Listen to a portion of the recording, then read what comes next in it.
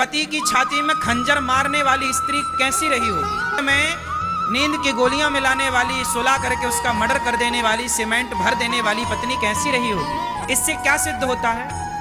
सोचिए, एक पति जो अपनी पत्नी में समर्पित है। बताइए, हम आपके घर आए भोजन करने और आप हमें नींद की गोलियां मिला के सुला दें और हमें मार डालें, इसमें हमारा क्या कसूर है?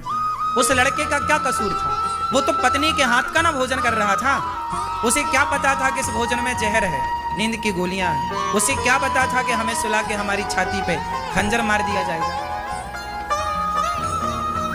मैं सवाल उस लड़की से नहीं, सवाल मैं ये करता हूं कि उस लड़की की आखिर ऐसी बुद्धि हुई क्यों? मैं उस वेश पे जाता हूं, मूल पर, कि समाज की आज ऐसी बुद्धि क्यों हो रही है। आज वो लड़की है, कोई और लड़की है, कोई और लड़का है, लड़का भी परेशान करता है, वो भी मार डालता है कई बार स्त्री को।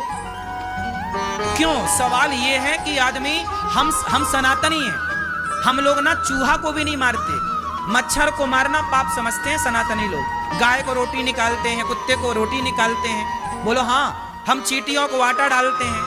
सोचिए, जिस सनातन में चींटी का भी हम सम्मान करें आटा डालकर, हम मच्छर मारने को पाप समझें, उस देश में वो सनातनी यदि पति को मार डाले, पत्नी को मार डाले, तो बताइए। मैं सवाल करता हूं कि ये बुद्धि आई कहां से, बनी क्यों? कहीं ना कहीं जब आप सत्संग से हट जाते हैं, आप जब चरित्रहीन हो जाते हैं। वो लड़की क्या थी? चरित्रहीन हो गई ना, गैर मर्द के साथ घूम रही है, अपने पति को हटा दिया रास्ते से, ये गैर मर्द के साथ। अच्छा बताओ, सीता मैया रावण के साथ चली गई, चुरा के ले गया, रावण ने इतना लोभ दिया। रावण तो सोने की लंका का मालिक था कि नहीं? क्या बोलता रावण? सीता तो मेरी पत्नी बन जाओ, मंदोदरी तुम्हारे पांव दबाएगी। मंदोदरी रानी है लंका की, वो पांव दबाएगी। सोने की लंका थी रावण की। ऐसे आजकल की कुछ स्त्रियां तो रावण को देख लें तो कहें हमें ले चल चुरा के, हम तैयार हैं। आज तो खुद लोग भाग के उसके विमान में चढ़ जाएं।